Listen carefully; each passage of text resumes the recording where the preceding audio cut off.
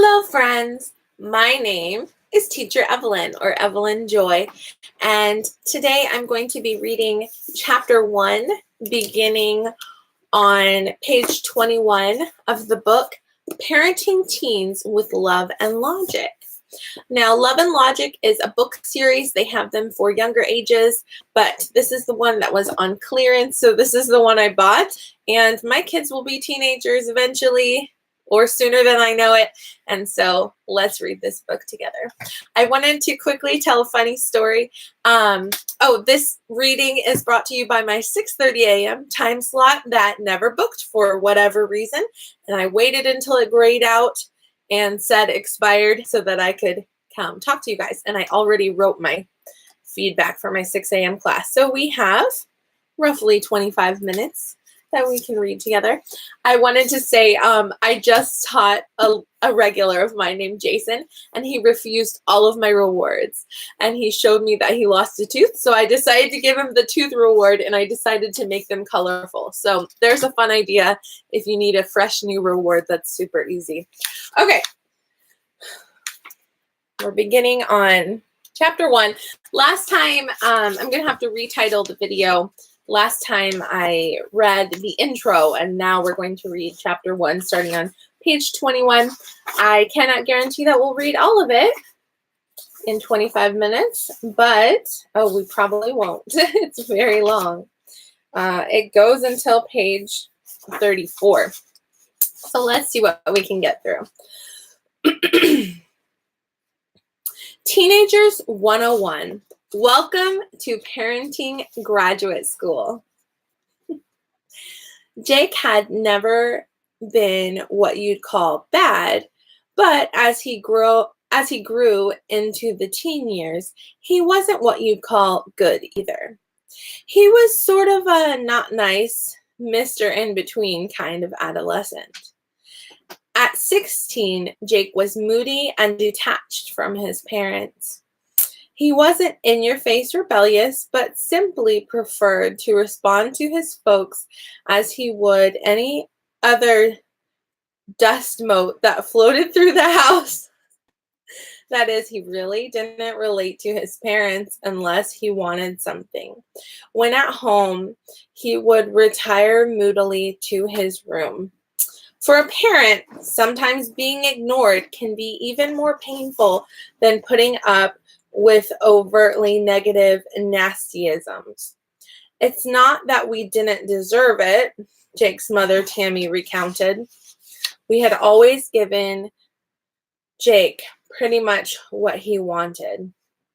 We rescued him from his own mistakes and worked hard to give him all the material things that Gary and I never had.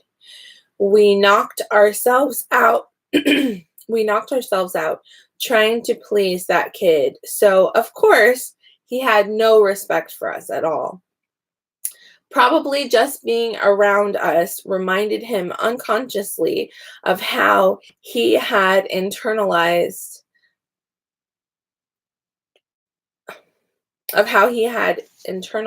as a role model.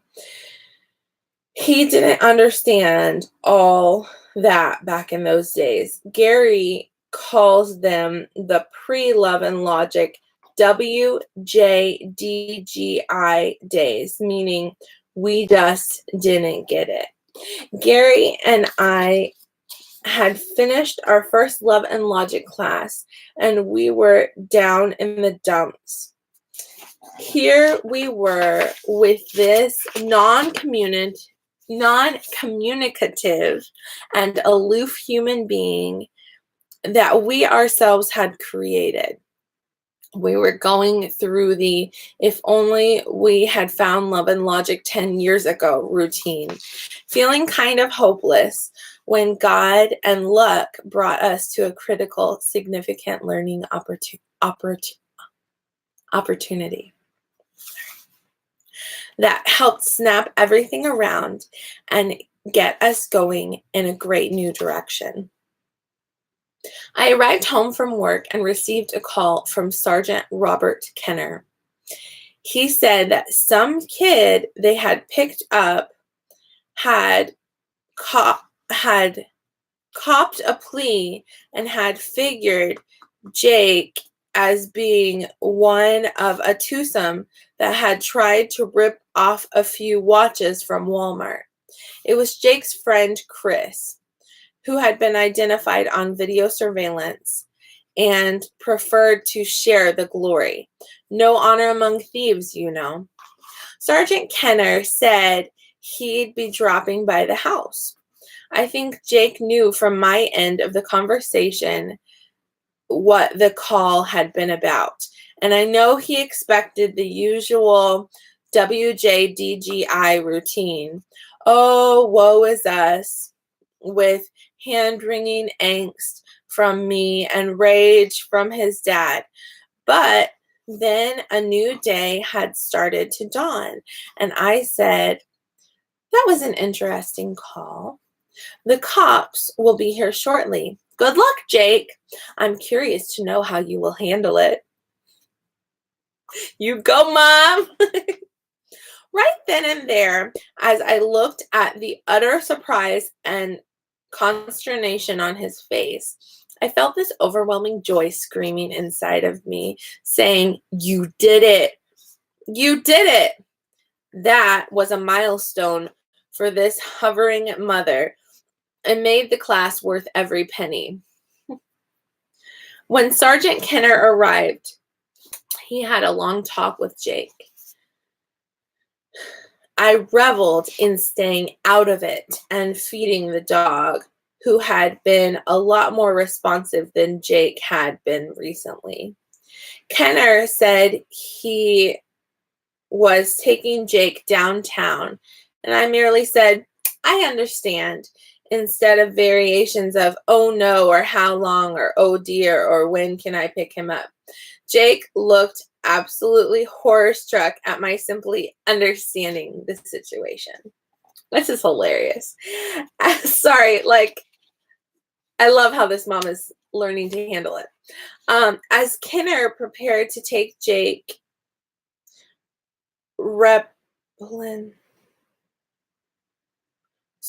resplendent in cuffs to the squad car, I asked if I could talk to him alone, and he said yes. When he came back, I asked him how long he might keep Jake, and he said he couldn't keep him long. Jake was a juvenile, and he couldn't hold him on this first offense, but he would like to take him down and get fingerprints. I asked him if he could not let Jake know that he couldn't be kept in a cell or even put in one. Would he help me with a plan? Yes, he would. We cooked up all the details together there in the kitchen. As we talked about how we would handle it, I could see this officer looking at me appreciatively, like I was some kind of great mom or something. Wow, that was new. Nobody had ever accused me of that before. Sergeant Kenner left with Jake, who was sitting forlornly in the back of the squad car with lights flashing and siren wailing, and we put the plan into action. Kenner phoned me on his cell phone on the way downtown to the city jail and activated the speaker on the phone so Jay could hear our conversation. As prearranged, he said, you can come down and pick Jake up in a couple hours. I said, gee, officer, I'm sorry, but I have other things to do. So when can you pick him up? Well, not today, that's for sure. Lady, we don't have any room in juvie, so he'll have to be in the adult cells. We're tight on room there too. We're packed with pedophiles and sex abusers who are in lockup right now. Officer, you do whatever you need to do. I just don't have time today. Lady, do you know what could happen? Officer, I do. Officer, I'm the one who ripped off Walmart. Jake made some poor choices. Oh, sorry. I read that wrong. Officer, I'm not the one who ripped off Walmart. Jake made some poor choices and needs to handle the consequences, but he's tough, officer. I'm sure he'll be just fine. At that point, I heard Jake actually starting to wail in the background, Mom, pick me up! That's when the great officer disconnected, saying, Okay, lady, but don't say I didn't warn you. This is hilarious. They could hold Jake only for 3 hours. And so when I went down to jail, they pulled Jake off a wooden bench where he had been sitting the whole time. And he literally ran towards me and threw his arms around me. Thank you, Mom. Thank you, Mom.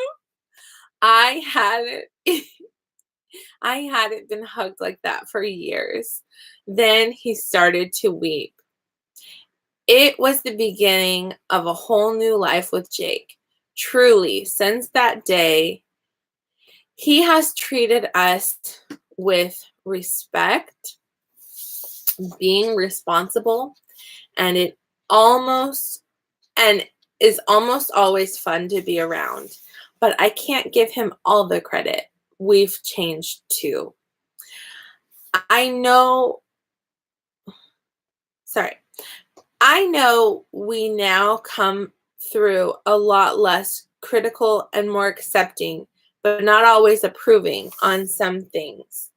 Now we are massively consequential rather than ranting, raving, and rescuing. Okay, so that was the end of that story. We are on page 24. And we have about 10 more minutes. A disturbing call. This is a different story. Sandy and Alan Frank surveyed the dinner table. The silver, china, lighted tapers, platters were decked out to a turn. They nodded to their guests, colleagues from Alan's law firm, and all sat down to what promised to be a perfect evening of home entertaining. Alan and Sandy could count on a quiet evening. Their teenager son, Ryan, was out on a date. Despite their outward ease with their guests, though, these parents harbored anxiety about their increasingly wayward son. That anxiety wound into a knot when the phone rang during dessert. Sandy answered the phone and called for Alan with a trembling voice. Ryan and Desiree were being held at the sheriff's office. They had both been drinking, so Ryan, in a gesture of chivalrous cowardice, let Desiree drive. She drove the car over a curb and conveniently across the street from the police station. She drove a car over a curb conveniently across from the police station and shredded a tire. Both got tickets. The officer wanted to know when Alan and Sandy could come by to bail them out. Sandy's worst fears were realized. Her 18-year-old had formerly embarked on a life of crime.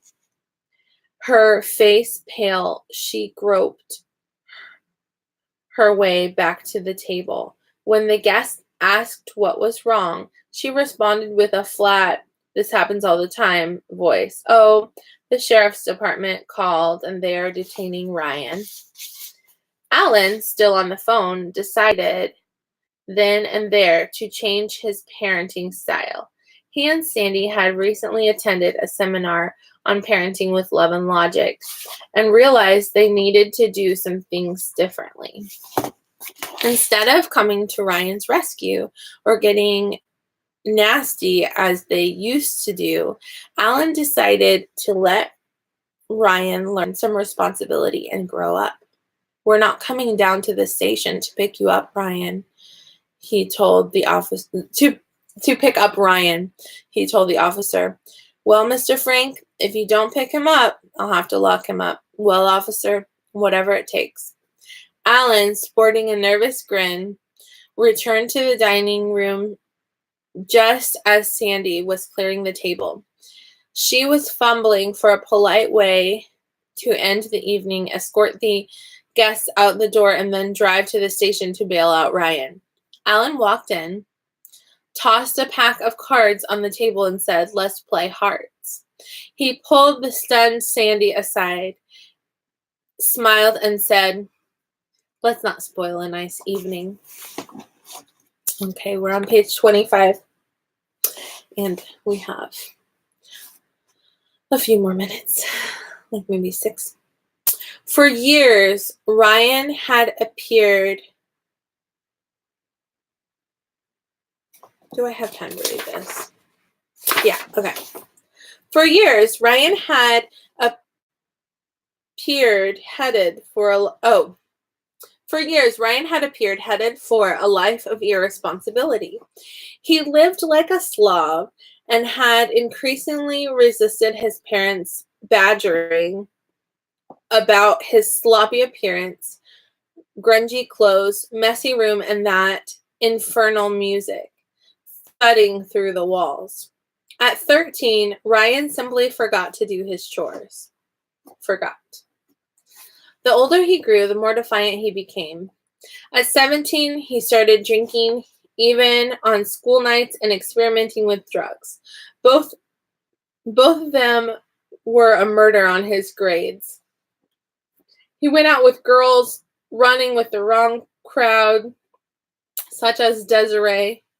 Oh, hey, we're still talking about the same story.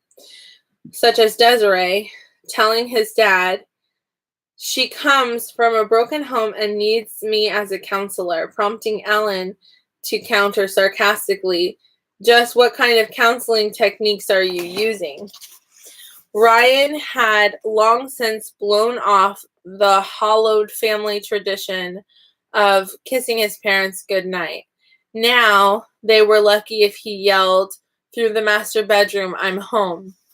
Alan responded to, through the master bedroom door, "I'm home." Alan responded to Ryan's moral slide by losing his temper and yelling, "You smell like a fermentation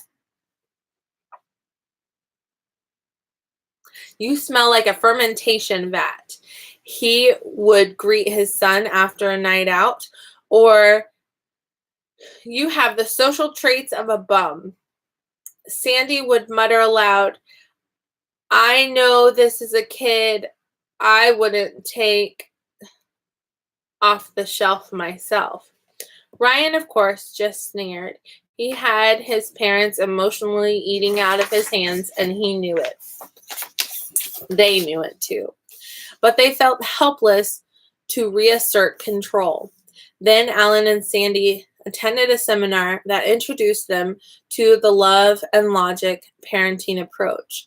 They learned that parents should take care of themselves first, let their children own their own problems, and allow them to live with the consequences of their decisions. I am liking this book. So I'm going to get going. It says there's someone watching, so go ahead and give a like and say hello if you want to. But I was just reading from the book Parenting Teens with Love and Logic. I read pages 21 through 26, and I have to teach class in a few minutes. So we didn't quite finish the first chapter. The first chapter is real long. So we'll come back to it next snow show that I get. Thank you for the thumbs up. Goodbye.